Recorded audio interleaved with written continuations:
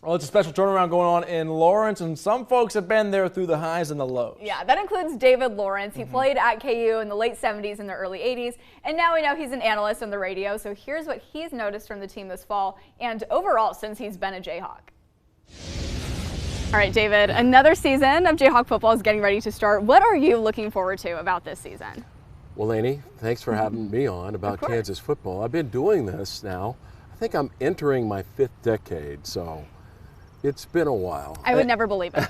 Right? I dreamed about playing football at Kansas. That was realized in the late 70s, early 80s. I played for a man that became a second father to me, and Don Fambro, who they named this street after. I ventured into broadcasting, and I've covered a lot of teams, a lot of successes, and there's been some tough years as well, but always excited, perhaps more excited this year with everything going on. And then being a former player, being here through those tough times, and now being here for this kind of new era of Jayhawk football, how is it seeing so many different eras of this program? Well, I mean, there's been so many highs, right? With my coach, Don Fambro, and certainly with Mark Mangino. Glenn Mason had some really good times. And then, yeah, we had some difficult times coming out. I literally lost my hair from worry about Kansas football for over a decade. We didn't win much, Lainey, and that was tough on guys, but it feels so much better to those of us that hung around and stayed, and our hearts were true to our guys despite, you know, things not being good. So they're going to have a lot of fun. They are having a lot of fun.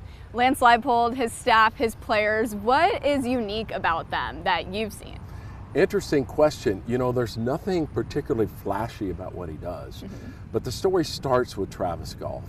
I mean, he not only went out and made the #1 hire in college football, but he allowed him the resources for him to be successful. And of course, Tuesday, we're going to get an announcement of the biggest expansion of facilities in the history of Kansas athletics. So he has given Coach Leipold everything he needs to be successful. And Coach Leipold, he simply provides the perfect environment for instruction, to get better, learning, competition, cheering people on, but also disciplining when he needs to. But he does it right. It's no secret, you know, there's not a lot of glitz and glamour. He just does what you need to be a successful coach. I like that. You put that perfectly. There's not a lot of glitz and glamour, but he gets it done no matter how he has to get it done.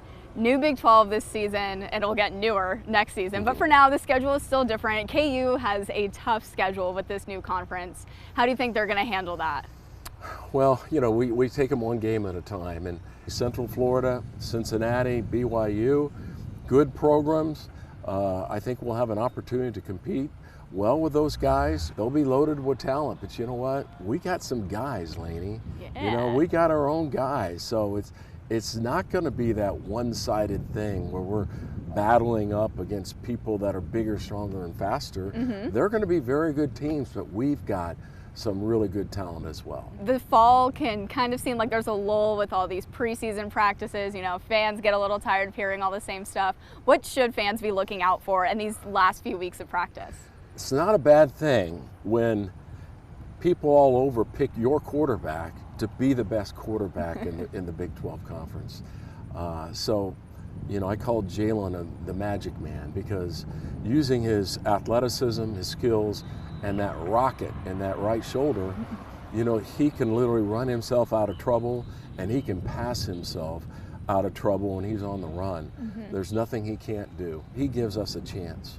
Just behind him, Devin Neal, first team, preseason, all conference. And oh yeah, we have another guy named Daniel Highshaw who's really good, Lainey. I think there's not a better 1-2 combination of running backs in the country. Along with Torrey Laughlin, who's a Mr. Do-a-little-everything guy in the backfield. He can run, he can pass, he'll block, he'll do whatever it's called for. And I really think, you know, championship teams are built from Torrey Laughlin's, guys that don't complain about, you know, not getting the starts, but will come in and do whatever they can do to be successful. All right, well, thank you so much. Here's to a healthy season for the Jayhawks. I appreciate your time. Rock chalk. Hey, there you go. Jayhawk.